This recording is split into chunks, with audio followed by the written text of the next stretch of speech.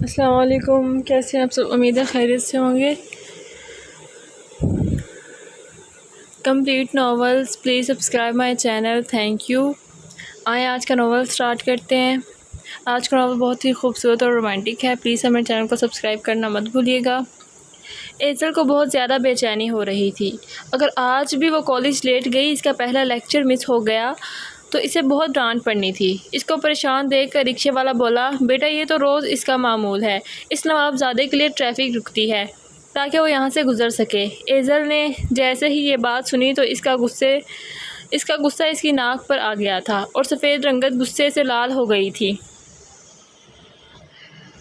اور بولی، کون ہے یہ نوابزادہ جس کے لیے ٹریفک روک دیتے ہیں؟ کیا ہم اس کے پیسوں پہ پل رہے ہیں؟ ایزل کی بات سن کر رکشے والا مسکرایا اور بولا، بیٹا یہ تو بہت جانا مانا بزنس مین سکندر حدید شاہ ہے، بہت امیر ہے، ہر کوئی اس کا مقابلہ نہیں کر سکتا۔ ڈرائیور انکل کی بات سن کر ذرا غصے سے بولی، کیوں؟ کوئی مقابلہ نہیں کر سکتا اس کا، میں ابھی اس کو اس کی اوقات دکھاتی ہوں۔ ایزل یہ کہہ کر غصے سے رکشے سے اتری اور رش میں سے ہوتے ہوئے ایک سیاہ کلر کی فارچونر کے سامنے جا کے رکی جو پروٹوکول کے ساتھ آگے بڑھ رہی تھی۔ پیچھے رکشے والا ایزل کو آوازیں دیتا رہ گیا، ارے بیٹا رک جاؤ، تمہارے بھائی نے کہا تھا کالج کے بجائے اور کہیں نہیں تمہیں اتارنا، بہت جذباتی ہو، تمہارا بھائی مجھ پر غصہ کرے گا۔ اور ڈرائیور انکل کی بات سنے بغیر چلی گئی تھی، بس اسے اس نوابزادے کی اکڑ توڑنی تھی۔ اور جب سامنے گاڑی کی آ کر رکی تو ڈرائیور بار بار ہارن بجاتا اسے سائیڈ ہونے کا اشارہ کر رہا تھا، مگر ایزل جو ہی وہاں کھڑی رہی اور ڈرائیور کو باہر آنے کا اشارہ کرنے لگی۔ یہ لڑکی میری گاڑی کے سامنے کیا کر رہی ہے؟ ڈرائیور تو سکندر حدید شاہ کی بات سن کر سہم گیا تھا، کہنے لگا، نہیں صاحب جی، میں ابھی اس لڑکی سے بات کرتا ہوں۔ پر اس سے پہلے کہ ڈرائیور اپنی جانب کا دروازہ کھول کر باہر نکلتا، جب سکندر حدید شاہ نے اسے فٹ سے روکا، نہیں تم رہنے دو، میں خود ہی باہر اس لڑکی کو اس کی اوقات یاد کرواتا ہوں۔ یہ کہتے ہی سکندر حدید شاہ نے اپنی سن گلاسز لگائی اور گاڑی سے نکل گیا۔ اس کو آج کسی میٹنگ میں جانا تھا، تبھی وہ 3 پیس سوٹ میں ملبوس تھا۔ اس کا لمبا چوڑا قد ہر کسی کو بھاتا دیوانہ بنا دیتا، لیکن اس بار اس کا پالا ادھر ایزل سے پڑا جس کے سامنے یہ دکھاوا کچھ بھی نہیں تھا۔ سکندر حدید شاہ اپنی پرمجاز شخصیت کے ساتھ اس کے سامنے کھڑا تھا، جب اگلے ہی پل وہ اس لڑکی کی خوبصورتی دیکھ کر محوت ہو گیا۔ اس نے خوبصورت لڑکیاں بھی زندگی میں دیکھی تو تھیں، لیکن سامنے کھڑی ایزل میں کچھ بات ہی الگ تھی۔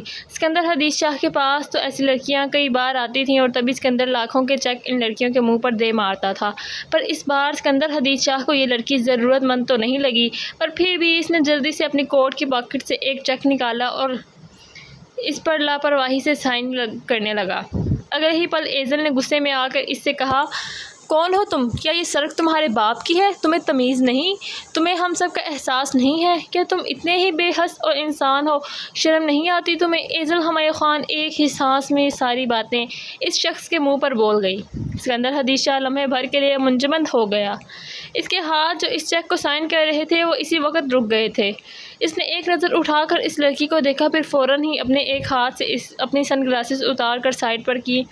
اس کی آنکھوں میں جو غصہ تھا وہ کسی کو بھی کمزور کر دیتا، لیکن سکندر حدید شاہ اس لڑکی کو کمزور نہ کر سکا۔ ادھر بولی، ایسے کیا دیکھ رہے ہو؟ کیا میں نے فارسی بولی ہے جو تمہیں سمجھ نہیں آئی؟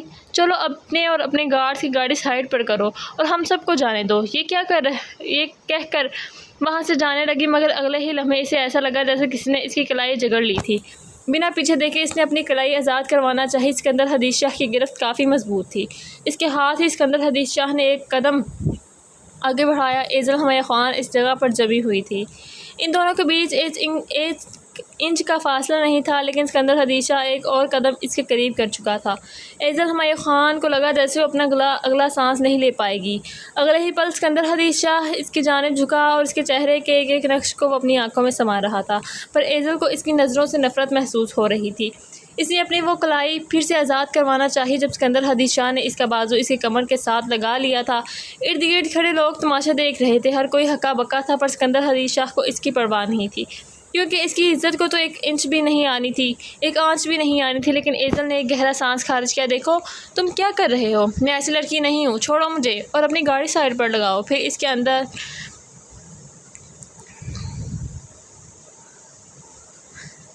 سکندر نے تیش میں آ کر اس کی آنکھوں میں آنکھیں ڈال کر کہا، آج تک کسی لڑکی نے اس لہجے میں مجھ سے بات نہیں کی، تم کون ہوتی ہو اس لہجے میں مجھ سے بات کرنے والی؟ چپ چاپ اپنا راستہ ناپو۔ آپ کو میرے راستے میں مت آؤ، جو بھی میرے راستے میں آتا ہے میں اسے کچل دیتا ہوں۔ اسکندر حدیث شاہ نے ایزل کی کلائی مسلتے ہوئے کہا تو ایزل کے منہ سے سسکی نکلی، مگر خوف آنکھوں میں پھر بھی نہ تھا۔ اچھا تو پھر ایسی بات ہے تو مجھے کچھ اور دکھاؤ، پھر سب لوگ دیکھ لیں گے کون کتنا اچھا ہے۔ ایزل کی بات سن کر اسکندر حدیث شاہ کے ماتھے کی رگیں مزید ابھر گئیں۔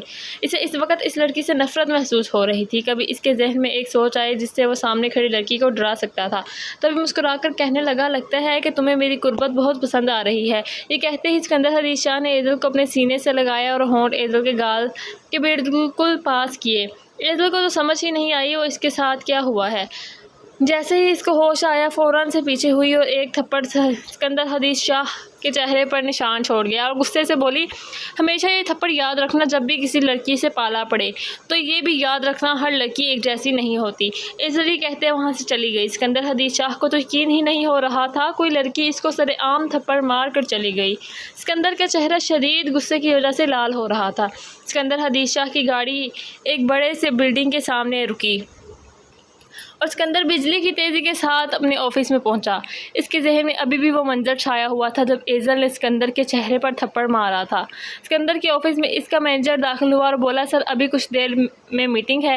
مینیجر نے جیسے ہی بولا اسکندر حدیث شاہ نے اسے اپنے ایک ہاتھ کے اشارے سے چپ کروا دیا اور بولا، ابھی میں بزی ہوں، جب مجھے کوئی ڈسٹرب نہ کرے۔ یہ کہتے ہی اسکندر حدیث شاہ نے اپنے آفس کا دروازہ درام سے بند کیا اور اپنے کوٹ کے بٹن کھولے۔ اسے اس وقت آفس سے وحشت محسوس ہو رہی تھی۔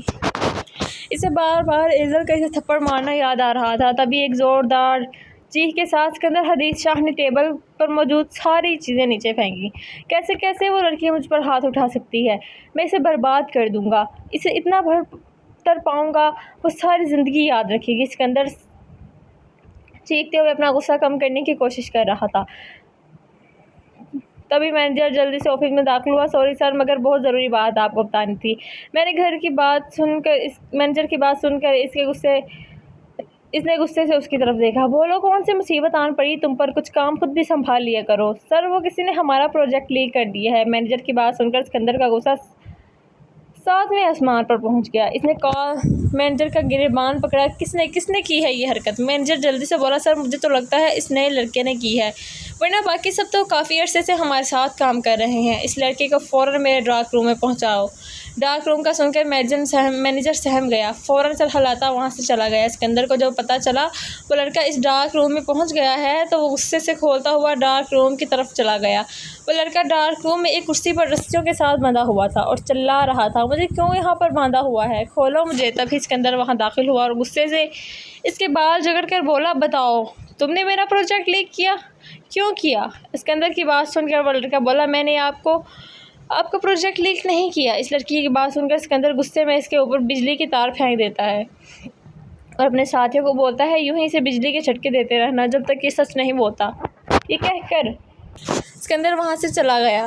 ایزل، حمدان کو فون کرو نا، کہاں رہ گیا ہے؟ 10 بج گئے ہیں، ابھی تک گھر کیوں نہیں آیا؟ ایزل اپنی ماں کی بات سن کر کہتی ہے، میں نے بھیا کو فون کیا ہے، وہ کہہ رہے ہیں انہیں کام زیادہ ہے، وہ آ جائیں گے، آپ سو جائیں۔ ایزل اپنی ماں کو تسلیاں دیتے ہوئے انہیں کمرے میں چھوڑ آئی تھی، جبکہ ایزل اپنے بھائی کو کب سے فون ملا رہی تھی، مگر اس کے بھائی کا فون مسلسل بند جا رہا تھا۔ وہ اپنی ماں کو پریشان نہیں کرنا چاہتی تھی، تبھی جھوٹ بولا۔ اگلی صبح پھر سے اسے اپنی ماں سے جھوٹ بولنا پڑا، بھائی رات کو جلدی گھر واپس آ گئے تھے اور صبح انہیں جلدی جانا تھا، اس لیے آپ سے مل نہیں سکے تھے۔ جبکہ ایزل خود کافی بے چین تھی، اس نے فیصلہ کیا وہ آج اپنے بھائی کے آفس جائے گی اور وہاں جا کر پتہ کرے گی۔ جب وہ وہاں آفس پہنچی، اس نے ریسیپشن سے حمدان کے بارے میں پوچھا تو اس نے بتایا وہ تو سر کے پاس ہیں، آپ کو سر سے ہی پوچھنا پڑے گا۔ وہ تو سر کے آفس کا پوچھتے ہوئے وہاں سے چلی گئی۔ اس نے کانپتے ہاتھوں سے دروازہ نوک کیا تو اسے اندر سے اندر آنے کی اجازت ملی۔ وہ اندر داخل ہوئی تو اسکندر کی چیئر کا رخ دوسری طرف تھا۔ وہ ہاتھ میں سگریٹ پکڑے اس کے گہرے کش لیتا باہر کی طرف دیکھ رہا تھا۔ ایزل بولی، سر میرا بھائی حمدان کہاں ہے؟ کل رات سے گھر نہیں آیا۔ اسکندر حدیث شاہ نے جیسے ہی یہ آواز سنی تو فوراً اپنی کرسی موڑ کر اس لڑکی کی طرف دیکھا تو اس کے اوسان خطا ہو گئے۔ تم؟ اور یہی حال ایزل کا بھی یہی حال تھا۔ تو وہ تمہارا بھائی ہے حمدان، کمینہ انسان جس نے میرا پروجیکٹ لیک کیا؟ ہاں۔ وہ قدم اٹھاتا ہوا ایزل کی طرف آ رہا تھا۔ تمہارے بھائی نے میرے ساتھ غداری کی۔ ایزل بولی، میرا بھائی ایسا نہیں ہے، یہ سارے الفاظ تمہارے لیے ہیں۔ بتاؤ میرا بھائی کہاں ہے؟ تو اسکندر حدیث شاہ بولا میری جنت میں عیاشی کر رہا ہے۔ اسکندر کمین کی مسکراہٹ ہونٹوں پر سجائے سگریٹ کا دھواں ایزل کے چہرے پر چھوڑتا ہوا بولا۔ ایزل خان بولی دیکھو میرا بھائی ایسا نہیں ہے۔ کہاں ہے میرا بھائی؟ چھوڑ دو اسے، تم جاننا چاہتی ہو تمہارا بھائی کہاں ہے؟ ایزل نے ہاں میں سر ہلایا۔ تو اسکندر نے اسکرین آن کی جس میں ہمدان رسیوں سے جکڑا ہوا بے حال نظر آ رہا تھا۔ ایزل لرزتے ہوئے بولی پلیز ایسا مت کرو، مر جائے گا میرا بھائی۔ ایزل کی آنکھوں میں آنسو آ گئے تھے۔ اس کے اندر اسکندر بولا بہت محبت کرتی ہو اپنے بھائی سے؟ ایزل فوراً ہاں میں سر ہلاتے ہوئے بولی ہاں کرتی ہوں محبت۔ تو قربانی دو گی اپنے بھائی کے لیے؟ پھر میں تمہارے بھائی کو آزاد کر دوں گا۔ ایزل بولی قربانی؟ کیسے قربانی؟ دیکھو تمہیں پیسے چاہیے تو ابھی تمہیں نہیں دے سکتی، لیکن کچھ دنوں تک ارینج کر کے دے دوں گی۔ ایزل کی بات سن کر اسکندر بولا مجھے پیسے نہیں چاہیے، مجھے کچھ اور چاہیے۔ اسکندر کی نظریں ایزل کو جھلسا رہی تھیں۔ ایزل لرزتے لہجے کے ساتھ بولی تو پھر کیا چاہیے تمہیں؟ مجھے تمہارا وجود، تمہارا لمس، تمہارے ساتھ بس ایک رات چاہیے۔ بولو منظور ہے؟ اسکندر کی بات سن کر ایزل غصے سے بولی کل والا تھپڑ بھول گئے ہو کیا؟ ایزل کی بات سن کر اسکندر کی رگیں تن گئیں۔ نہیں بھولا اور نہ ہی تمہیں بھولنے دوں گا۔ بولو منظور ہے میرے ساتھ ایک رات یا نہیں، یا پھر تمہارے بھائی کو اس جنت سے دوسری جنت تک پہنچا دوں۔ اسکندر کی بات سن کر ایزل بولی پلیز ایسا مت کرو، میرا بھائی معصوم ہے، وہ ایسا نہیں کر سکتا۔ اسکندر کی بات سن کر بولی پلیز میرے بھائی کو چھوڑ دو، وہ ایسا نہیں ہے۔ ٹھیک ہے پھر گزارو ایک رات میرے ساتھ۔ اسکندر کی بات سن کر ایزل بولی ٹھیک ہے پر تمہیں میرے ساتھ نکاح کرنا ہوگا۔ ایزل کی بات سن کر اسکندر زوردار قہقہہ لگا اٹھا نکاح کی میرے نزدیک کوئی ویلیو نہیں۔ ہاں مگر تمہارے ساتھ ایک رات گزارنے کے لیے میں تمہارے ساتھ نکاح کر سکتا ہوں۔ اسکندر بولا نکاح کو میں نہیں مانتا، پر پھر بھی اپنی تسلی کے لیے تم کرو نکاح۔ میرے لیے نکاح ارینج کرنا مشکل نہیں، لیکن میں اس رشتے کو دنیا کے سامنے کبھی قبول نہیں کروں گا۔ تم میری بیوی ہو، کیا منظور ہے تمہیں؟ پھر رات کو اس پتے پر آ جانا، میں تمہارا انتظار کروں گا۔ وہ اپنی گہری سانس اس کے چہرے پر انڈیل رہا تھا۔ ایزل کی کمزوری یعنی کہ اس کا بھائی اب اسکندر حدیث شاہ کے قبضے میں تھا۔ اسکندر حدیث شاہ اب ایزل جیسی خودسر لڑکی سے کچھ بھی کروا سکتا تھا۔ یہی سوچ کر ایزل اپنا ایک ہاتھ آگے بڑھاتا ہوا اس کی نرمی سی ناک پر اپنی شہادت کی انگلی سے لے کر لکیر کھینچ کر وہ انگلی نیچے کو لے جا رہا تھا۔ جب ایزل کی سانسیں اتھل پتھل ہو رہی تھیں، وہ انگلی اب اس کی گردن کو چھو رہی تھی۔ اسکندر حدیث شاہ کا سر اس کے کندھے پر جھکا ہوا تھا۔ اختیار میں ایزل نے اپنی مٹھی میں اپنا دوپٹہ دبوچ لیا۔ اس نے ڈیپ گلا نہیں پہنا ہوا تھا۔ اسکندر حدیث شاہ پیچھے کو ہو گیا، ورنہ نہ جانے اس کی انگلی کس حد تک جاتی۔ پلیز میرے بھائی کو چھوڑ دینا، یہ لو اس پتے پر آ جانا۔ اسکندر حدیث شاہ اسے کاٹ دیتا اور پھر وہیں اپنی کرسی پر بیٹھ گیا۔ اب وہ اپنی ہی دھن گنگنا رہا تھا، نہ جانے کون سا گانا تھا، مگر ایزل آفس سے باہر نکل گئی تھی۔ واپس آتے ہی ایزل نے اپنے آپ کو کمرے میں بند کر لیا تھا۔ ادھر ایزل نے اپنی ماں کو بھی اس بات کی تسلی کروا دی تھی کہ اپنے بھائی کو گھر واپس آ جائیں گے۔ امی آج کل آفس میں بہت زیادہ کام ہے جس کی وجہ سے وہ بہت مصروف ہیں، کل تک آ جائیں گے۔ ایزل نے یہ سوچ کر سکھ کا سانس لیا کہ اس کی ماں 7 بجے دوائی لے کر سو جاتی تھی اور وہ 12 بجے رات کو واپس آ جائے گی۔ وہ 7 بجے کے بعد اپنی والدہ کو دوائی دے کر سلانے کے بعد گھر سے نکل آئی تھی اور اس بلڈنگ کے سامنے کھڑی تھی جہاں اسکندر نے اسے آنے کی دعوت دی تھی۔ اسکندر کے ملازم نے اسے فلیٹ تک پہنچا دیا تھا۔ وہ ایک صوفے پر بیٹھ کر بے چینی سے اس کا انتظار کرنے لگی۔ اس کے اسکندر حدیث شاہ کا انتظار کرنے لگی اور وہیں انتظار کرتے کرتے ایزل کو کب نیند آ گئی اسے پتہ ہی نہ چلا۔ ایزل کی آنکھیں ایک انجانے لمس کو محسوس کر کے کھلیں۔ جیسے ہی اس کی آنکھیں کھلی تو اپنے قریب اسکندر حدیث شاہ کو دیکھ کر وہ چیخ مارتے ہوئے اس سے دور ہوئی۔ ارے اتنا دور کیوں جا رہی ہو؟ آج تو ہماری ملن کی رات ہے، بھول گئی کس مقصد کے لیے یہاں آئی ہو؟ چلو تیار ہو جاؤ، تمہاری شرط کے انحصار پر میں نے سارا بندوبست کر لیا۔ ایزل جو شاید ابھی نیند میں تھی نہ سمجھی کے عالم میں کہنے لگی کیسا بندوبست؟ جب اسکندر حدیث شاہ اس پر جھک گیا اور پھر اس کے کان کی لوگ کو ہونٹوں سے چھوتے ہوئے کہنے لگا نکاح کا بندوبست میری جان۔ یہ سنتے ہی ایزل کی سانسیں تھم سی گئی تھیں۔ اس کا پورا وجود کپکپا رہا تھا کیونکہ اب اس فلیٹ میں صرف وہ دونوں ہی تھے، جبکہ وہ جانتی تھی اس کے ساتھ کیا ہونے والا ہے۔ اچانک سے اسکندر حدیث شاہ کو اس نے اپنے قریب آتے ہوئے دیکھا۔ اس لمحے اسکندر حدیث شاہ کی آنکھوں میں عجیب سا خمار تھا، پر اسکندر حدیث شاہ کو جیسے ہی وہ تھپڑ یاد آیا تو وہ خمار غصے میں بدل گیا تھا۔ غصے سے اس کے سامنے کھڑی اس لڑکی کو دیکھ رہا تھا۔ ایسا لگ رہا تھا جیسے سامنے کوئی انسان نہیں بلکہ کوئی بھوکا شیر ہو جو شکار اس کے سامنے ہو۔ اسکندر حدیث شاہ نے ساری دوری ایک لمحے میں مٹا دی تھی۔ پھر ایزل کو اس نے ایک جھٹکے سے اپنے ساتھ لگا لیا تھا۔ اس کی ہر ادا میں جنون جھلک رہا تھا۔ وہ اس کی آنکھوں میں جھانک کر کہنے لگا یاد ہے وہ تھپڑ جو تم نے بہت زور کا مجھے مارا تھا؟ آج رات مجھے پتہ چل جائے گا تمہیں اس تھپڑ میں کتنی شدت تھی۔ ساتھ کہتے ہی اس نے ایک بیگ ایزل کو دیا۔ ایزل کو تو لگا جیسے آج رات اس کی زندگی کی آخری رات ہوگی۔ تم بھی سوچ رہی ہوگی میں تمہیں یہ تحفہ کیوں دے رہا ہوں، لیکن تم جیسی لڑکی کو یہ دینا بہت ضروری ہے، کیونکہ آج تک میرا پالا تم جیسی لوئر کلاس لڑکی سے نہیں پڑا۔ مجھے اپنی جیسی لڑکیاں پسند ہیں، تم مجھ سے بہت الگ ہو، اس لیے میں تمہیں اپنی جیسی بنانا چاہتا ہوں۔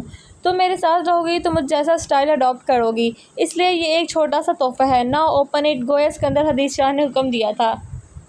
ایزل کو اپنے بھائی پر وہ ظلم یاد آئے۔ اگلے ہی پل اس نے وہ گفٹ کا لفافہ پھاڑ دیا۔ اس کے سامنے ایک جالی دار سلک کی چھوٹی سی نائٹی تھی۔ ایزل شرم سے چور ہو گئی تھی۔ یہ کیا ہے؟ میں ایسے کپڑے نہیں پہن سکتی، ایسی لڑکی نہیں ہوں میں۔ اسکندر بولا، بھول گئی میں نے تم سے نکاح کس لیے کیا؟ نہیں میں جانتی ہوں، لیکن میں یہ لباس بالکل بھی نہیں پہن سکتی، پلیز میں ایسی لڑکی نہیں ہوں۔ تم سمجھ کیوں نہیں رہے؟ ایزل ہمایوں خان نے کانپتی ہوئی آواز میں کہا تھا جب سکندر حدیث شاہ نے اپنی نظروں کی تپش اس کے وجود پر گاڑی، اور پھر ایک مسکان کے ساتھ اس نے کہا، ٹھیک ہے اگر تم نہیں پہننا تو کوئی بات نہیں، کچھ دیر پہلے میں نے ایک حق حاصل کیا ہے، اس حق کے تحت میں تمہیں خود بھی یہ نائٹی پہنا سکتا ہوں۔ یہ کہہ کر وہ ایزل ہمایوں خان کے قریب جانے لگا جب اگلے ہی پل اس کے وجود میں کپ کپی دوڑنے لگی۔ دیکھو پلیز ایسا مت کرو، لیکن وہ اس کے بالکل قریب آ گیا تھا۔ اس کے ہاتھ سے وہ نائٹی لے لی تھی جو کہ بالکل چھوٹی سی تھی۔ ٹھیک ہے اگر تم نہیں چاہتی کہ میں تمہیں یہ نائٹی خود اپنے ہاتھوں سے پہناؤں تو تم خود جا کر چینج کر لو، تمہارے پاس صرف 5 منٹ کا وقت ہے، اگر 5 منٹ سے ذرا بھی تم نے دیر لگائی پھر میں تمہارا وہ حال کروں گا کہ تم سوچ بھی نہیں سکتی ہو۔ اسکندر حدیث شاہ نے گسیلی آنکھوں سے دانت پیس کر کہا تھا، جبکہ اگلے ہی پل وہ واش روم کی طرف بھاگی تھی۔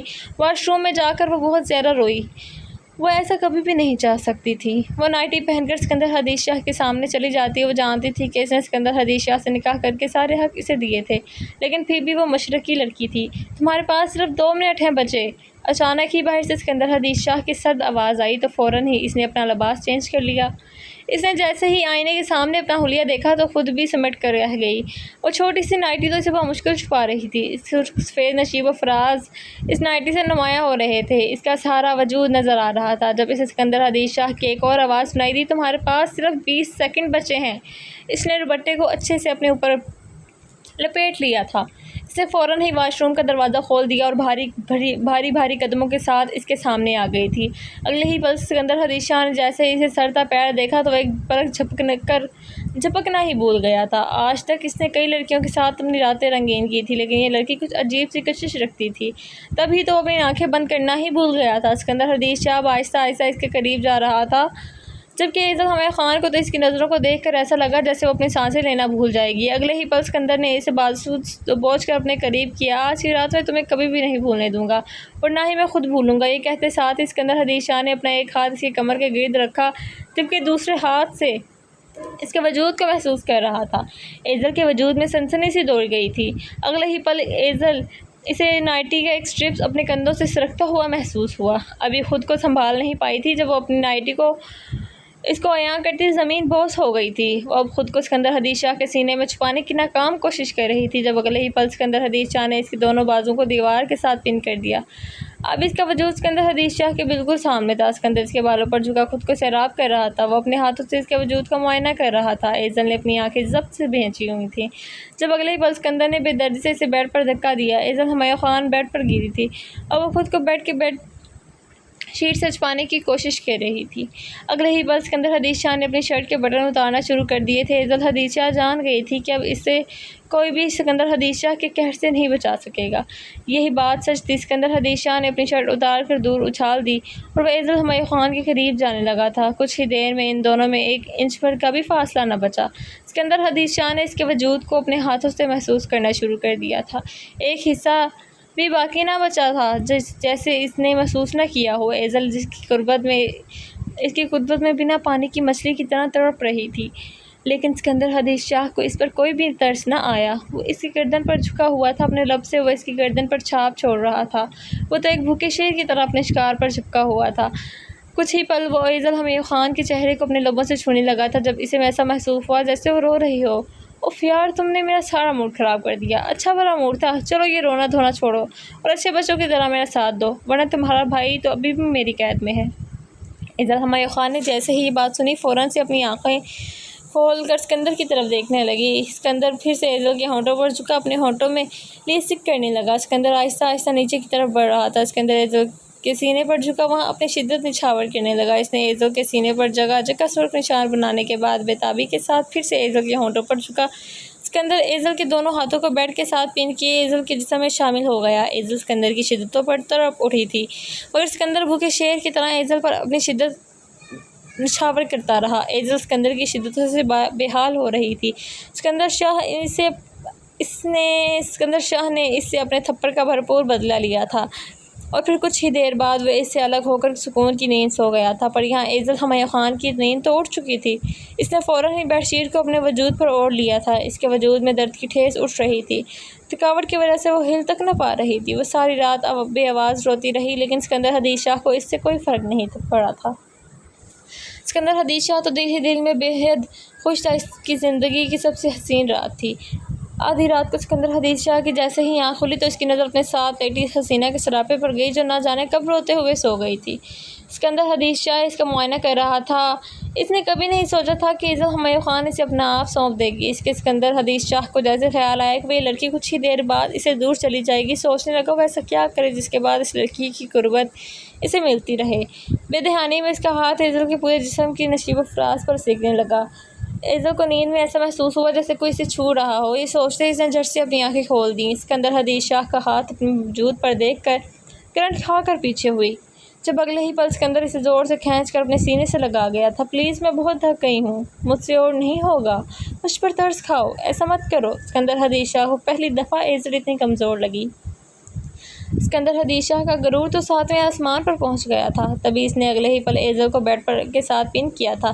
اس پر جھک گئی۔ آج کی رات میری زندگی کی سب سے حسین رات تھی۔ میں نے کبھی سوچا نہیں تھا کہ تم مجھے ایسے اپنا آپ سونپ دو گی۔ تمہارے ساتھ یہ سب کرنے میں مجھے بہت مزہ آیا۔ میں نہیں چاہتا تم سے دور جاؤں، اس لیے میں نے ایک فیصلہ کیا ہے۔ کیسا فیصلہ؟ تم جانتے ہو نا کہ تم نے مجھ سے کہا تھا کہ ایک رات کے بعد مجھے چھوڑ دو گے۔ پھر سب کیا ہے؟ ہاں، اب میرے مائنڈ چینج ہو گیا ہے۔ میں چاہتا ہوں کہ تم مجھ سے ملتی رہو، میرے ساتھ رہو، پر کیسے ہو سکتا ہے یہ سب؟ تم جانتے ہو نا کہ تم نے مجھ سے شرط رکھی تھی کہ اب تم اپنی بات سے مکر رہے ہو۔ تم بھی شاید بھول رہی ہو کہ تم میرے نکاح میں ہو، اسکندر حدیث شاہ کی بیوی ہو۔ اگر تم نے ایسا نہ کیا تو پھر ہمارے نکاح کے بارے میں تمہارے پورے خاندان کو بتا دوں گا، اور پھر تم کہاں جاؤ گی؟ کیسے منہ دکھاؤ گی؟ کس کو منہ دکھاؤ گی؟ ہاں، یہ سن کر تو ایزل ہمایوں خان کے پیروں تلے زمین نکل گئی تھی۔ اس کے چہرے کا رنگ اڑ گیا تھا۔ دیکھو پلیز، ایسا مت کرو، پلیز میری جان بخش دو۔ میں نے تمہیں اپنا آپ سونپ دیا، میں ایسی لڑکی نہیں ہوں۔ ہاں، میں جانتا ہوں تم انچھوئی تھی، کچھ دیر پہلے ہی جان گیا تھا۔ تم پاک ہو، تم ایسی لڑکی نہیں ہو۔ میں تمہاری زندگی میں آنے والا پہلا شخص ہوں، پر اب یہ برداشت نہیں کر سکتا کہ سکندر حدیث شاہ جس لڑکی کو چھوئے اسے کوئی اور مرد چھوئے، اور اب تم میری بیوی ہو، اس لیے میں چاہتا ہوں کہ تم مجھ سے ملتی رہو۔ تمہارے لیے بہتر یہی ہوگا۔ اگر تم نے میرے حکم کو نہ مانا تو پھر تمہاری سچائی تمہارے پورے خاندان کو بتا دوں گا، اور پھر تم برباد ہو جاؤ گی۔ تمہارے بھائی کو تو میں نے رات کو ہی چھوڑ دیا تھا، لیکن اگر تم نے اب میری بات نہ مانی پھر تمہارے سارے خاندان کو پتہ چل جائے گا، سمجھی تم؟ سکندر حدیث شاہ نے اس کی آنکھوں میں جھانک کر اس کی نظر اس کے دھڑکتے سینے پر گئی تو اس کا سینہ اتھل پتھل ہو رہا تھا۔ نہیں، ایسا مت کرنا، اس نے کہا کسی کو پتہ نہیں چلنا چاہیے۔ ٹھیک ہے، میں کسی کو نہیں بتاؤں گا، لیکن میں یہ ضرور بتا دوں گا کہ تم نے میرے ساتھ ایک رات گزاری۔ یہ سن کر تو ایزل ہمایوں خان کے چہرے پر پسینہ چھا گیا تھا۔ تم ایسا کیوں کر رہے ہو؟ چھوڑ دو مجھے پلیز۔ تم نے یہی کہا تھا نا کہ میں تم سے نکاح کو نہیں مانتا۔ ہاں، میں نہیں مانتا، مگر اب ماننے لگا ہوں۔ تمہاری قربت نے مجھے بدل دیا۔ میں تمہارا شوہر ہوں۔ تم نے کچھ دیر پہلے خود ہی مجھ سے نکاح کیا تھا، اب تم بھول گئی ہو۔ میں چاہتا ہوں کہ اب میری بیوی میرے پاس رہے، میرا خیال رکھا کرے۔ مجھے جب تمہاری قربت کی ضرورت ہو تم فوراً میرے پاس موجود ہونی چاہیے، اس لیے اس شرط پر میں تمہیں چھوڑ رہا ہوں، لیکن یاد رکھ اگر تم نے میری بات نہ مانی تو پھر بہت برا ہوگا۔ اسکندر یہ کہتے ساتھ اس کے سینے پر جھکا تھا اور وہاں اپنی جسارت چھوڑنے لگا تھا۔ ایزل اس کی جسارت پر مچلنے لگی تھی۔ کچھ دیر بعد وہ اس سے الگ ہوا۔ یہ لو، یہ موبائل رکھ لو، تمہارے کام آئے گا۔ جب میں تمہیں کال کروں تو فوراً میری کال اٹھاؤ، اگر کال نہ اٹھائی تو انجام کی ذمہ دار تم خود ہوگی۔ اس طرح ایزل ہمایوں خان کو اس روم میں چھوڑ کر خود فریش ہونے چلا گیا۔ صبح کے 6 بج رہے تھے۔ ایزل اپنے حلیہ درست کرتی کچھ دیر بعد فوراً اپنے گھر چلی گئی۔ اسے لگ رہا تھا جیسے وہ ایک ڈراؤنا خواب تھا اور یہ عہد کر لیا تھا کہ وہ کبھی بھی اس شخص سے نہیں ملے گی، پر یہ تو اس کی سب سے بڑی بھول تھی۔ جیسے ہی گھر میں آئی اس نے اپنی ماں کو بہانہ بنا کر ٹال دیا تھا۔ اس کا بھائی بھی گھر پر موجود تھا۔ وہ خوش ہو گئی تھی اور موبائل اس نے اپنے سائڈ ٹیبل کے دراز میں رکھ دیا تھا۔ جب سے وہاں سے آئی تھی ایک ہی پل کو بھی صرف چین نہیں ملا تھا۔ ابھی ابھی آنکھیں موندے وہی لمحات یاد رکھے ہوئے تھی جب اسکندر حدیث شاہ اس کے وجود کو حاصل کیا تھا اور بدلے میں اسے اس کا بھائی واپس ملا تھا۔ نہیں بس میں وہاں اب کبھی نہیں جاؤں گی، نہیں مانتی اس نکاح کو اور نہیں ملوں گی اسے، کیا کرے گا وہ یہی سوچ رہی تھی جب اس کمرے کے دروازے کو کھٹکنے کی آواز آئی۔ جب آنکھیں کھولنے پر مجبور ہوئی، جیسے ہی اس نے دروازہ کھولا اس کی ماں اس کے سامنے کھڑی تھی۔ اماں کیا ہوا؟ سب ٹھیک تو ہے نا؟ ایزل کو پوچھنے کی پر جسے اس کی ماں نے اسے بتایا تمہارے رشتے کے لیے لڑکے والے آ رہے ہیں تو اس کے چہرے کا رنگ اڑ گیا تھا۔ اماں اتنا جلدی؟ یہ سب بیٹا حمدان کا دوست ہے، لڑکا دیکھا بھالا ہے، اس سے یہ شادی جلدی کر رہے ہیں۔ حمدان چاہتے ہیں کہ جلد سے جلد تم اپنے گھر کی ہو جاؤ۔ ایزل اب گہری سوچ میں پڑ گئی تھی، وہ اس نکاح کو نہیں مانتی تھی، نہ ہی کسی کو بتانا چاہتی تھی۔ پر کیا یہ سب ٹھیک تھا؟ اگر وہ شادی کر لیتی تو اسے ایک سہارا مل جاتا، اس کے اسکندر حدیث شاہ سے ساری زندگی کے لیے پناہ مل جاتی۔ یہ سوچ کر اس نے خود کو مطمئن کر لیا۔ سر بہت بری خبر ہے۔ کیا خبر ہے؟ میرا مطلب میڈم کو دیکھنے رشتے والے آ رہے ہیں۔ جی سر، یہ خبر 100% درست ہے، میں ساری جانکاری لے آیا ہوں۔ ٹھیک ہے تم جاؤ۔ اسکندر حدیث شاہ گہری سوچ میں پڑ گیا تھا۔ اس نے اپنے فون پر نمبر ملایا تو بند تھا۔ اچھا ابھی بھی اس کی عقل نہیں گئی؟ تو مجھے بھولنے کی ہمت کیسے کر سکتی ہو؟ اپنے آپ کو کسی اور کے نام کرنے کی جرأت کیسے کی اس نے؟ ایزل اسکندر شاید تم بھول گئی ہو تم کس کی بیوی ہو، اب تمہیں سزا دینے کا وقت آ گیا ہے۔ ایزل تم بھول گئی ہو تم کس کی بیوی ہو، میں تمہارے پرچھائی بھی کسی پر سایہ نہ پڑنے دوں، اور تم اپنی ساری زندگی کسی اور کے ساتھ گزارنے کا فیصلہ کر چکی ہو۔ ویری گڈ ایزل شاہ، ویری گڈ۔ اسکندر حدیث شاہ سگریٹ سلگاتے اپنے موبائل میں بزی ہو گیا۔ کچھ دیر بعد ایک نوٹیفیکیشن ملا جسے دیکھنے کے بعد سکندر حدیث شاہ کے چہرے پر شیطانی مسکراہٹ آئی اور بولا ڈیڈی میں تمہیں بتاؤں گا فون نہ اٹھانے کی کتنی بڑی غلطی کی تم نے۔ فوراً ہی آفس سے نکل گیا تھا۔ رات کافی گہری ہو چکی تھی۔ ایزل نے ہلکا سا گاؤن پہنا ہوا تھا اور گہری نیند میں سو رہی تھی۔ اسے ایسا محسوس ہوا جیسے کوئی چیز اس کے جسم پر رینگ رہی ہو۔ اس نے اپنا وہم سمجھا اور نیند میں ہاتھ سے ہی اس چیز کو دور ہٹانے لگی۔ اس کی شرٹ کے اندر وہ جا چکی تھی وہ چیز، اور اس کی کمر کو چھوتے ہوئے اس کے سینے کی طرف بڑھ گئی تھی اور اس کے سینے کو چھونے لگی تھی۔ وہ کوئی ہاتھ تھا جو ایزل کے نشیب و فراز کی نرمی کو محسوس کر رہا تھا۔ ایزل جھٹکے سے نیند سے اٹھی اور اپنے سامنے ایک وجود کو دیکھ کر چیخنے لگی ہی تھی کہ اسکندر حدیث شاہ نے اپنا بھاری ہاتھ اس کے چہرے پر رکھا۔ شش، میں ہوں تمہارا شوہر، جسے بھول کر تم مزے کی نیند سو رہی تھی۔ اسکندر حدیث شاہ غصے سے کہتے ایک نظر اس کے وجود پر ڈالی جو ڈھیلے سے لباس میں کافی خوبصورت لگ رہی تھی۔ ایزل بولی تم یہاں کیا کر رہے ہو؟ کیوں میرے لیے مشکل کھڑی کر رہے ہو؟ جاؤ یہاں سے۔ اسکندر بولا تم میری کال کیوں نہیں اٹھا رہی تھی؟ موبائل کہاں ہے تمہارا؟ میں نے بھی تم سے کہا تھا کہ میں تمہاری پابند نہیں ہوں، پر جو چاہیے تھا مجھ سے مل گیا، دے تو دیا میں نے، اب تم میری جان بخش دو، کیوں میرے پیچھے پڑ گئے ہو؟ اسکندر حدیث شاہ کو اس کی بات سن کر بے حد غصہ آیا۔ کیا کہا تم نے؟ اسکندر نے اس کی بالوں کو سختی سے پکڑ کر کہا۔ اسکندر حدیث شاہ کو اس کی بات سن کر بے حد غصہ آیا۔ کیا کہا تم نے؟ اسکندر اس کی بالوں کو سختی سے پکڑ کر کہا۔ ایزل بھی بمشکل بولی میری جان چھوڑ دو۔ اسکندر غصے سے دانت پیستا ہوا بولا کیا سنا تھا میں؟ بالوں میں پکڑ کر زیادہ ہو گئی، بالوں سے پکڑ بھی زیادہ ہوگی۔ ایزل درد کی شدت کو برداشت کرتے ہوئے بمشکل بولی نہیں۔ ایزل کی بات سن کر اسکندر نے اگلے ہی پل لمحے اس کے بالوں پر گرفت ہلکی کر دی تھی اور ایزل کے بالوں کو سہلانے لگا۔ Very good. کیا تمہارے گھر کا کوئی مہمان آ رہے ہیں؟ ایزل بولی نہیں تو۔ اگلے ہی پل جو ہاتھ ایزل کے بالوں کو سہلا رہا تھا واپس سے ان کی گرفت سخت ہو گئی تھی۔ ایزل درد سے چلاتے ہوئے بولی ہاں ہاں آ رہے ہیں۔ تو اسکندر نے ایزل کا چہرہ اوپر کیا اور گراتے ہوئے بولا وجہ کیوں آ رہے ہیں؟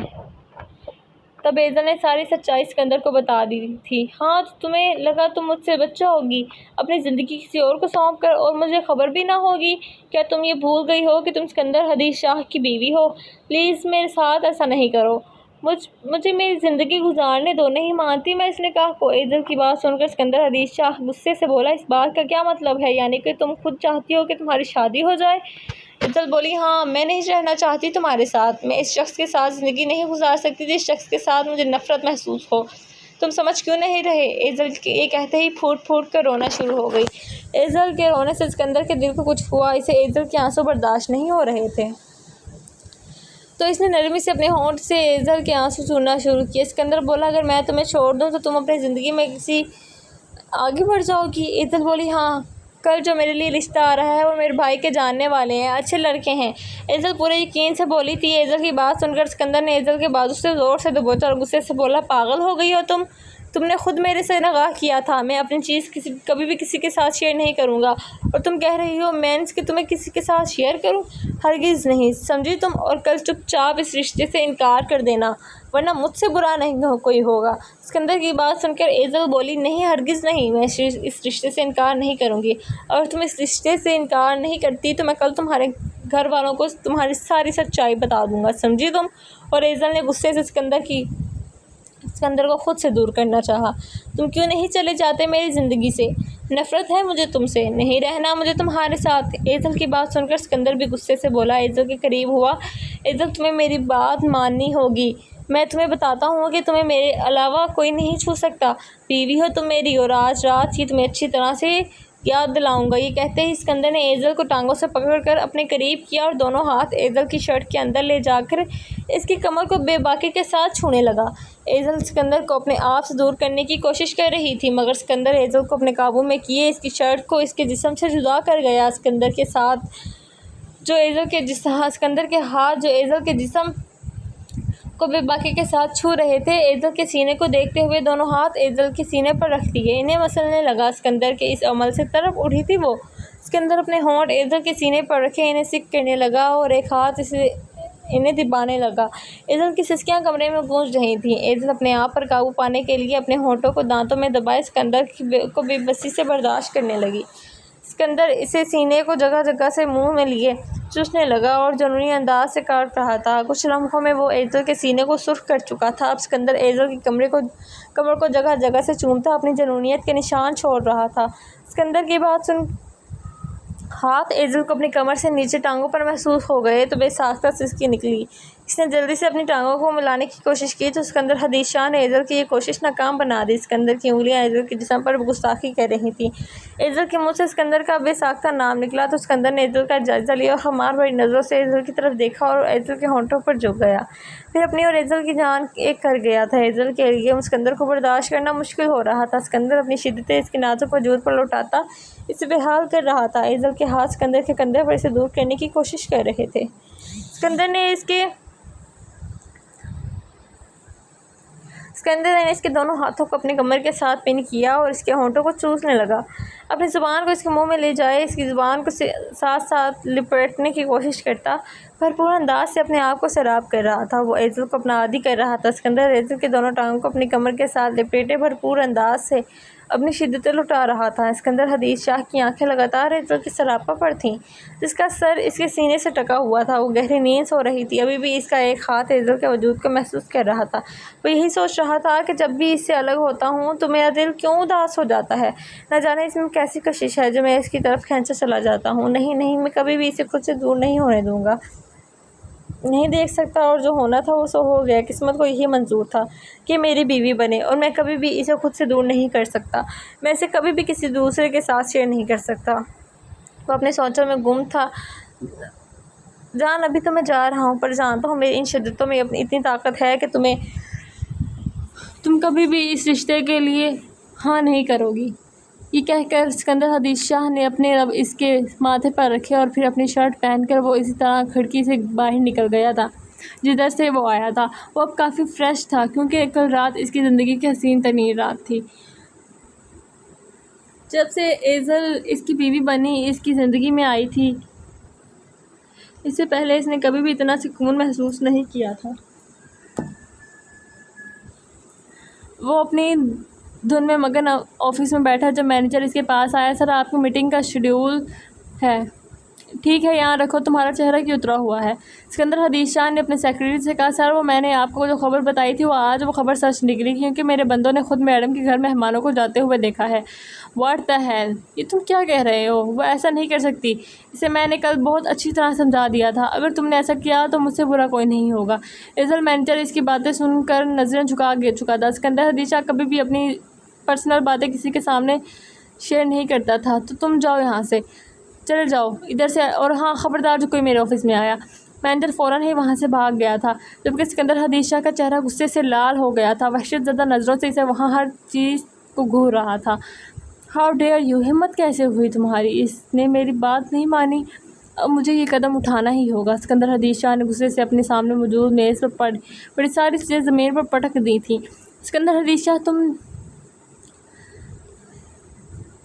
ایزل، اسکندر حدیث شاہ تم ایسا نہیں کر سکتی، تمہیں ٹھنڈے دل سے سوچنا ہوگا۔ ایزل صرف تمہاری ہے، صرف تمہاری، لیکن اگر تم نے جذبات کی آڑ میں غلط فیصلہ کیا تو پھر تمہارے اپنے ہی اس آگ میں جلیں گے۔ نہیں، میں کسی کو بھی اس بات کی بھنک نہیں پڑنے دوں گا، لیکن میں ایزل اسکندر حدیث شاہ کو چھوڑ بھی نہیں سکتا۔ کیا کروں میں؟ بے چینی سے چکر کاٹنے لگا۔ یہی سوچ کر اس نے گاڑی میں کی چابی لی اور ریس ڈرائیونگ کرتا ہوا ایزل کے گھر جانے لگا۔ کیا ہوا بیٹی، اتنی اداس کیوں ہو؟ ہم تمہارے اپنے ہی ہیں، دیکھنا میرا بیٹا تمہیں سر آنکھوں پر بٹھا کر رکھے گا۔ تم راج کرو گی، راج، آنٹی ایزل خان کو پیار سے کہتی ہوئی اس کے گال تھپتھپا رہی تھی، جب ایزل کا دل تیزی سے دھڑک رہا تھا۔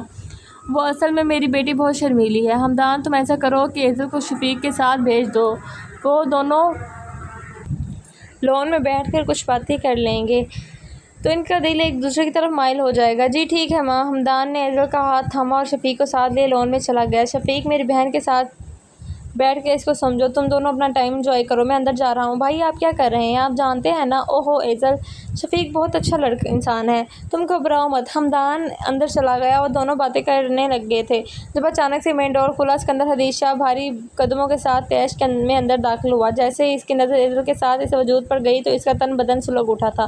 وہ فوراً ہی ایزل ہمایوں خان کے پاس گیا، اس کی کلائی دبوچ کر جھنجھوڑ کر کہنے لگا، یہ سب کیا ہے؟ کون ہے یہ؟ شفیق سے رہا نہ گیا۔ اوئے تم یہاں کیا کر رہے ہو؟ یہ کیا طریقہ ہے کسی کے گھر آنے کا؟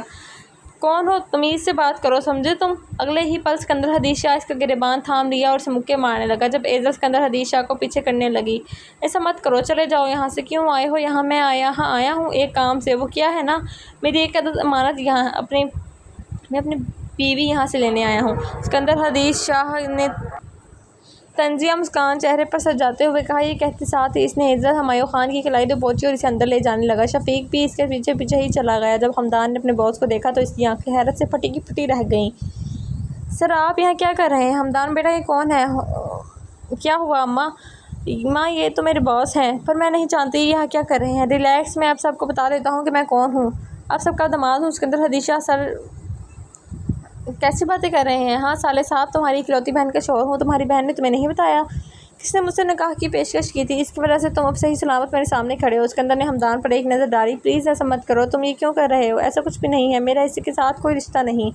اور ریلی تم بھول گئی ہو کہ ہم دونوں نے نکاح کیا تھا اور اس کے بعد وہ رات بھول گئی ہو؟ اوکے سمجھ سکتا ہوں، اور کسی کو میموری اسکندر حدیث شاہ جیسی شارپ نہیں ہوتی۔ میں تمہیں یاد کروا دیتا ہوں کہ اسکندر حدیث شاہ نے وہ نکاح نامہ اپنے پاکٹ سے نکالا اور کھول کر چاروں طرف لہرایا۔ دیکھ لو، جسے شک ہے کہ میری بیوی نہیں ہے یہ اس نکاح نامے کو آنکھیں کھول کر دیکھ رہے تھے۔ بہت ہو گیا، میں اپنی بیوی کو یہاں سے لے کر جا رہا ہوں۔ ایسا مت کرو، میں نے ایسا کچھ نہیں کیا۔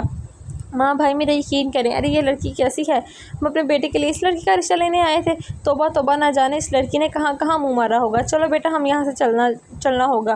آنٹی ایسا مت کریں، میری بہن ایسی نہیں ہے، یقیناً یہ انسان سے پھنسا رہا ہے۔ ہمدان، کیا یہ پیپر فیک بنوائے ہیں؟ چلو شفیق بیٹا۔ وہ آنٹی اپنے بیٹے کو لے کر وہاں سے چلی گئی۔ بھائی ماں میرا یقین کریں، میں نے ایسا کچھ نہیں کیا، چھوڑو میرا ہاتھ۔ اسکندر حدیث شاہ نے اس کا ہاتھ دبوچا ہوا تھا جب ہمدان نے اس کے سامنے آیا تو اس نے، تم نے ایسا کیوں کیا؟ جب تم جانتی ہو نا کہ میں تم سے کتنی محبت کرتا ہوں، پھر تم نے اس شخص کے ساتھ نکاح کیوں کیا؟ بھائی میں آپ کو سچ بتاتی ہوں، میں نے آپ کی خاطر یہ سب کیا۔ واٹ؟ اس کا مطلب یہی ہے کہ تم نے اس سے نکاح کیا ہے؟ تم اس کی بیوی ہو؟ ایزل خان نے اپنی نظریں جھکا لی تھیں جب اگلے ہی پل اس کی ماں نے اس کو زوردار تھپڑ مارا تھا۔ ابھی وہ گرتی کہ اسکندر حدیث شاہ نے اسے تھام لیا تھا اور بلقیس ہمایوں خان کو گہری نظروں سے دیکھنے لگا۔ ساسو ماں، یہ آپ نے اچھا نہیں کیا، میرے ہی سامنے میری بیوی پر ہاتھ اٹھا رہی ہیں۔ اسکندر حدیث شاہ کا لہجہ کافی میٹھا تھا۔ لے جاؤ اس لڑکی کو، ہمارے گھر میں اس کی کوئی جگہ نہیں۔ اس نے شرم سے ہمارا سر جھکا دیا ہے۔ شرم آتی ہے مجھے اسے اپنی بیٹی کہتے ہوئے۔ آج کے بعد مجھے شکل مت دکھانا۔ نہیں ماں ایسا مت کریں، میں یہاں سے کہیں نہیں جاؤں گی، میں اس کمینے انسان کے ساتھ زندگی نہیں گزار سکتی، یہ اچھا انسان نہیں ہے۔ پر اگلے ہی پل اسکندر حدیث شاہ نے اس کی کلائی کو اور مضبوطی سے تھام لیا اور اسے وہاں سے گھسیٹ کر لے جانے لگا تھا۔ چھوڑو مجھے۔ ہمدان بھائی مت کریں ایسا، میں اس شخص کے ساتھ نہیں رہ سکتی۔ لیکن اسکندر حدیث شاہ نے اسے زبردستی کار کی فرنٹ سیٹ پر بٹھا چکا تھا اور پھر اس نے گاڑی اپنے گھر کی جانب دوڑا لی۔ گاڑی سکندر حدیث شاہ کے گھر کے سامنے رکی۔ نکلو باہر، یا ادھر سے بھی گھسیٹ کر تمہیں لے کے جانا پڑے گا۔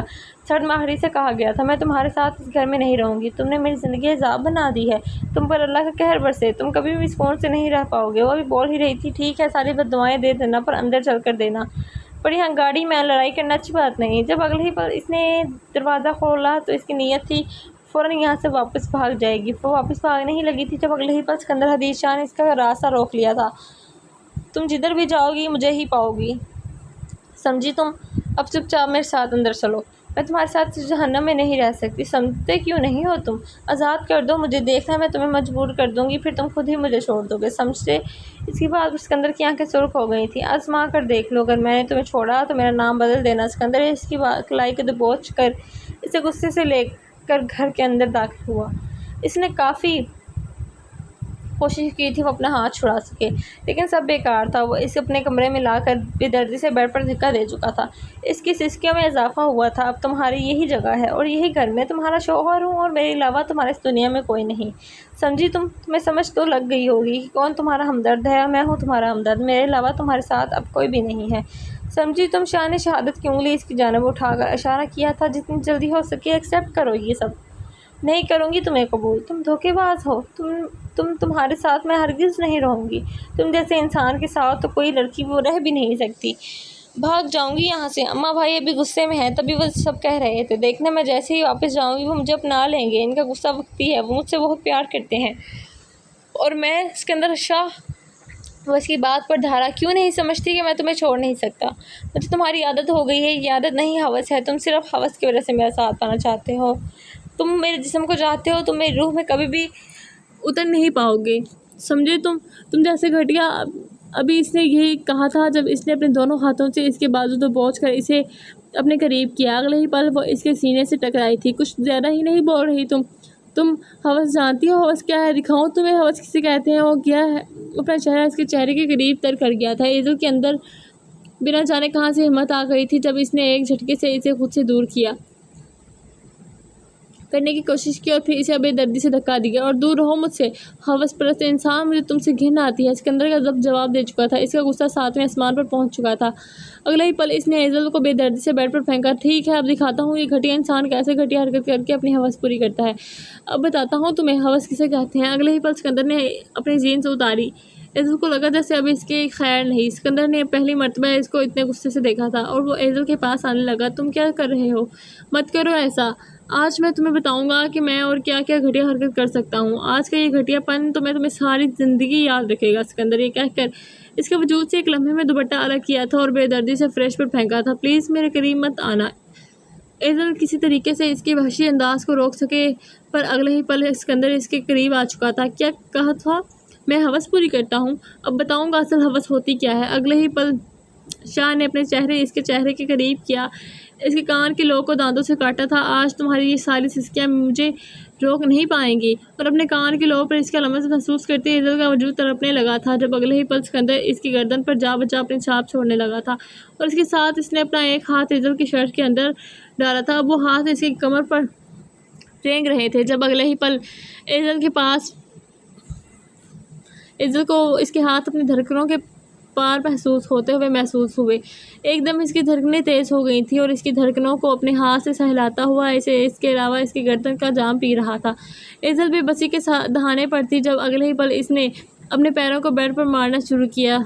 سکندر نے اس کی شرٹ اس کے سر سے گزار کر اس کے وجود سے الگ کر دی تھی۔ اب وہ ایزل کی دھڑکنوں کو لبوں سے کاٹنے لگا تھا، جبکہ اس کا ایک ہاتھ ایزل کے ناف سے رینگنے لگا۔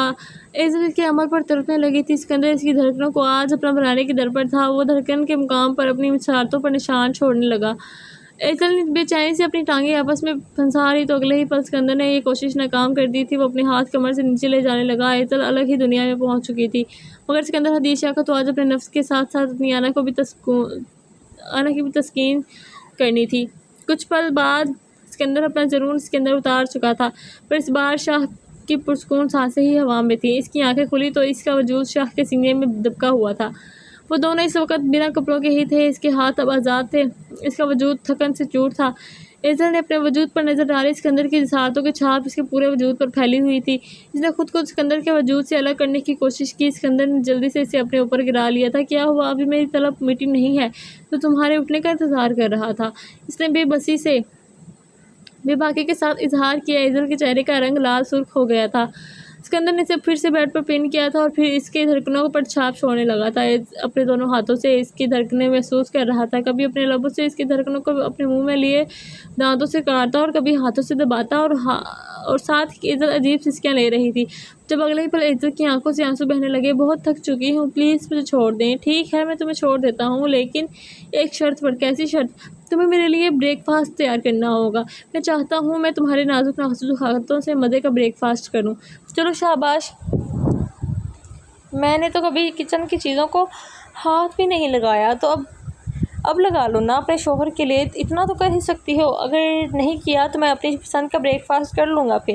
اسکندر نے شرارتی نظروں سے اس کے وجود کو اوپر سے نیچے تک دیکھا تھا اور فوراً بیڈ سے اٹھ کر واش روم میں بھاگ گئی تھی۔ کچھ دیر بعد وہ کچن میں چلی گئی۔ کچن میں اسکندر کے لیے ناشتہ بنانے آئی، مگر دل ہی دل میں سوچتی ہے کہ آج ایسا ناشتہ کراؤں گی کہ ساری زندگی یاد رکھے گا۔ چائے میں بہت زیادہ مرچی ڈال دیتی ہے۔ اسکندر بہت خوش ہوتا ہے کہ ایزل پہلی دفعہ اس کے لیے ناشتہ بنا کر لے گئی تھی، مگر اسکندر جیسے ہی چائے کا سپ لیتا ہے تو ایزل دل ہی دل میں سوچتی ہے کہ اب پتہ چلے گا، مگر اگلے ہی لمحے حیران رہ جاتی ہے۔ ایک ہی گھونٹ میں ساری پی جاتا ہے جب وہ چائے۔ اسکندر کی طبیعت اس کو پینے کے بعد کافی خراب لگ رہی تھی، مگر وہ اسی طرح آفس آ جاتا ہے۔ آفس ٹائم میں بھی اسے اپنی طبیعت کافی خراب ہوتی ہوئی محسوس ہوئی، مگر اسے سوچ لیا تھا ایزل کچھ بھی کر لے، وہ ایزل کو اپنے آپ سے دور نہیں کر سکتا اور نہ ہی اسے کچھ کہے گا۔ مینیجر نے اسے کچھ اپنے باس کی حالت دیکھ کر کہتا ہے، سر آپ کی طبیعت کافی خراب لگ رہی ہے، مگر اسکندر سے دیکھ کر سر محض سے جواب دیتا ہے، مجھے اکیلا چھوڑ دو۔ مینیجر چپ چاپ چلا جاتا ہے اور اسکندر جب رات کو گھر آتا ہے تو ایزل اسکندر کو دیکھ کر کافی پریشان ہو جاتی ہے، کیونکہ اسکندر کی اسکن کافی زیادہ ریڈ ہو رہی تھی۔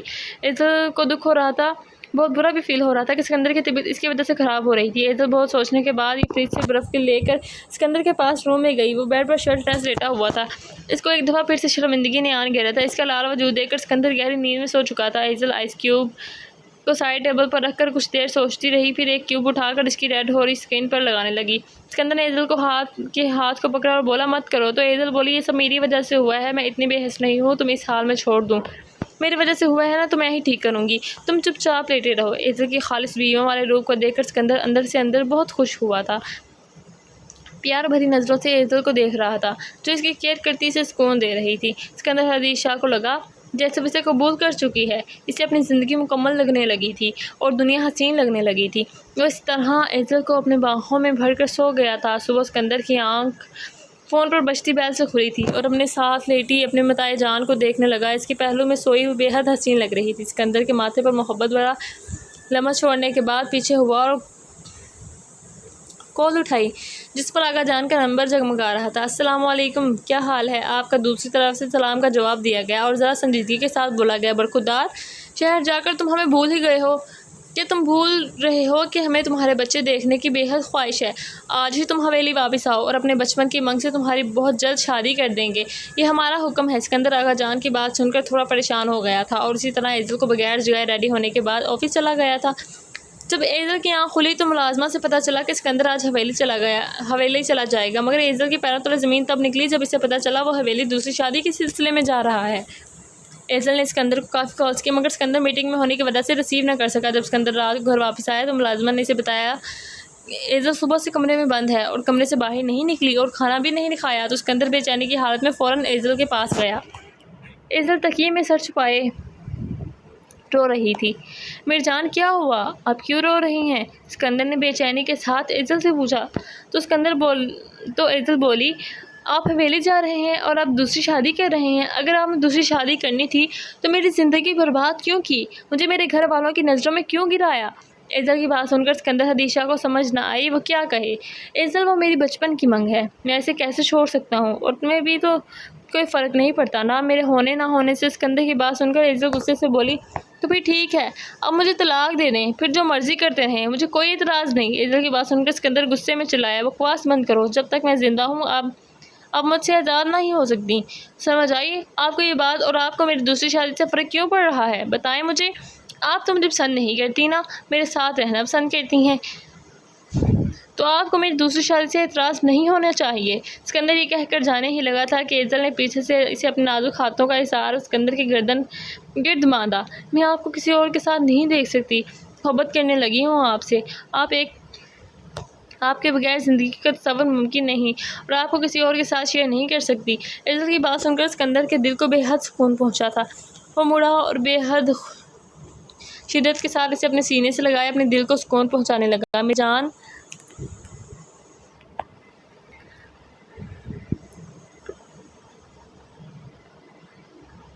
آپ فکر مت کریں، اب آپ اپنا سامان پیک کریں، آپ بھی میرے ساتھ حویلی جائیں گی اور میں سب کو آپ کے اور میرے رشتے کے بارے میں بتا دوں گا۔ مجھے یقین ہے کہ آغا جان ہمیں قبول ضرور کریں گے۔ اسکندر کی بات سن کر ایزل نے بے حد خوش ہو گئی تھی، مگر اسکندر یہی نہیں رکا۔ وہ بھرپور شدت کے ساتھ ایزل کے ہونٹوں پر جھکا اپنی بے چینی کو ختم کرنے لگا تھا۔ ایزل نے بھی کوئی مزاحمت نہیں کی، بلکہ اسکندر کی گردن کے گرد بازوؤں کا حصار بنائے اس کا ساتھ دینے لگی تھی۔ اسکندر ایزل کو اٹھائے بیڈ پر لے گیا تھا اور بیڈ پر لٹانے کے بعد اس پر سایہ افغان ہوا اور اپنی بے قراریوں کو نازک وجود پر اتارنے لگا تھا۔ ایزل بھی آج اسکندر کا بھرپور ساتھ دے رہی تھی۔ اگلے روز جب اسکندر ایزل کو حویلی لے کر گیا تو آغا جان بے حد غصہ ہو گئے۔ انہوں نے ایزل کو گھر سے نکالنے کا کہا، مگر اسکندر اپنی بات پر ڈٹا رہا۔ ایزل کو لے کر اپنے روم میں گیا۔ ایزل اسکندر سے ڈرتے ہوئے بولی، اسکندر آپ مجھے چھوڑ تو نہیں دیں گے نا؟ ایزل کی بات سن کر اسکندر نے ایزل کے وجود کو اپنے سینے سے لگایا اور بولا، اپنی جان بھی کوئی چھوڑ سکتا ہے بھلا؟ تبھی اس کو آغا جان کا پیغام ملا کہ وہ انہیں نیچے بلا رہے ہیں۔ اسکندر ایزل کو لیے نیچے آیا۔ اسکندر نے ایزل کو اپنے حصار میں لیا ہوا تھا۔ ایزل ہلکے ہلکے کانپ رہی تھی۔ اسے ڈر تھا کہ آغا جان پھر سے اسکندر کو اسے طلاق دینے کا نہ بولیں۔ جب وہ نیچے آیا تو آغا جان نے پھر سے اسکندر سے پوچھا، ہاں اسکندر، کیا فیصلہ کیا تم نے؟ آغا جان، میں نے آپ کو اپنا فیصلہ بتا دیا تھا۔ ایزل میری بیوی ہے اور میں اسے ہرگز نہیں چھوڑوں گا۔ اسکندر کی بات سن کر آغا جان بولے، یا تو تم اس لڑکی کو طلاق دو اور دوسری شادی کرو، ورنہ ہم اس لڑکی کو اس گھر سے نکال باہر پھینکیں گے۔ آغا جان کی بات سن کر ایزل اپنے ہوش کھو بیٹھی تھی۔ اسکندر ایزل کو بے ہوش ہوتے دیکھ حواس باختہ ہوا غصے سے چلایا اور ملازمہ کو ڈاکٹر کو بلانے کا کہا اور شکوہ کنان نظروں سے اپنے گھر والوں کی طرف دوڑائی۔ آغا جان ایزل کی حالت دیکھ کر شرمندہ ہوئے۔ ڈاکٹر آئی تو ڈاکٹر نے مسکراتے ہوئے اسکندر کو بابا بننے کی خوشخبری دی تھی، جس سے اسکندر بے حد خوش ہو گیا تھا۔ ایزل حویلی والے خاموش ہو گئے تھے، مگر کچھ عرصے بعد جب اسکندر کو پتہ چلا کہ اس کے ہاں بیٹے کی پیدائش ہونے والی ہے تو اسکندر کی بے حد خوش ہوا تھا۔ حویلی والوں کو بھی خبر مل چکی تھی۔ آغا جان اپنے گھر میں وارث کی خوشخبری سن کر بے حد خوش ہوئے تھے اور ایزل کو قبول کر لیا تھا۔ 3 سال بعد۔ رک جاؤ فرحان بیٹا، ورنہ مجھ سے برا کوئی نہیں ہوگا۔ ایزل اپنے بیٹے کے پیچھے بھاگتے ہوئے اسے پکارتے ہوئے بولی، جو سامنے سے آتے اپنے بابا اسکندر حدیث شاہ سے چپک گیا تھا۔ کیوں میرے بیٹے کے پیچھے پڑی رہتی ہو؟ اسکندر نے اپنے بیٹے کے حق میں بات کی تو ایزل نے دونوں کو گھور کر دیکھا۔ آپ دونوں کی شکایت تو میں آغا جان سے لگاؤں گی۔ دونوں نے میری ناک میں دم کر رکھا ہے۔ ان 3 سالوں میں ایزل کے بھائی اور والدہ نے بھی ایزل سے اس پر یقین نہ کرنے کی معافی مانگی، جسے سن کر ایزل نے خوشی خوشی انہیں معاف کر دیا اور حویلی والوں اور خاص طور پر آغا جان کی لاڈلی ہو چکی تھی اب وہ، اور اب اکثر اسکندر اور فرحان کی شکایت آغا جان سے ہی کرتی تھی۔ ایزل کو اپنے شوہر اسکندر حدیث شاہ کی محبت میں ذرا برابر بھی کمی نہیں آئی تھی۔ اپنے شوہر کے ساتھ بے حد خوش تھی اور اسی طرح آنے والی زندگی کے لیے خوشیوں کی دعائیں مانگتی تھی۔ ختم شدہ۔ Subscribe my channel. اللہ حافظ۔ پلیز اب میرے کو یہ ناول اچھا لگا ہے تو آپ کمنٹ اور لائک ضرور کیجیے گا۔ یہ میرا نیو چینل ہے تو پلیز آپ سبسکرائب کرنا مت بھولیے گا۔ اللہ حافظ اور دعا میں یاد رکھیے گا۔